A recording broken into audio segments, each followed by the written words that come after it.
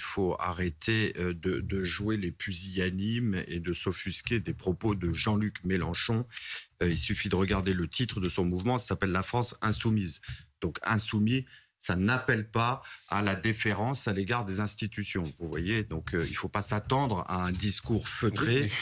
Il n'est pas candidat. La France nazie, il n'est pas candidat. Mais peu importe que ce soit affiché dans le... Très bien, restez choqués avec votre France nazie.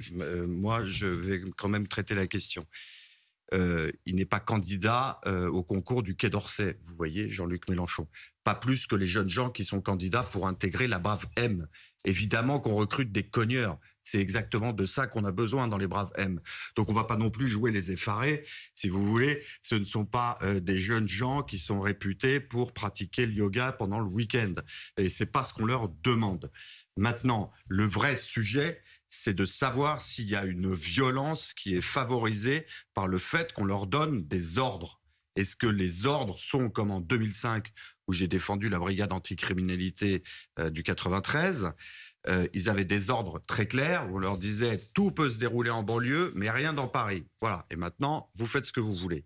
Question que pose Jean-Luc Mélenchon, c'est est-ce que nous apprendrons plus tard dans l'histoire que la Brave M s'est transformée en garde prétorienne, non pas des institutions républicaines, mais d'un gouvernement qui est déterminé à ce que le désordre ne continue pas à se répandre. Et le problème, c'est précisément celui que vous posez très bien, c'est celui de la légalité républicaine.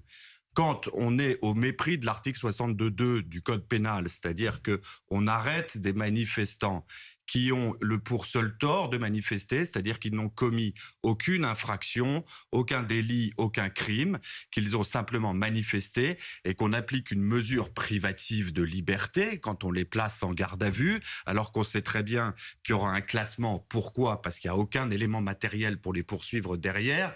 On exerce une voie de fait.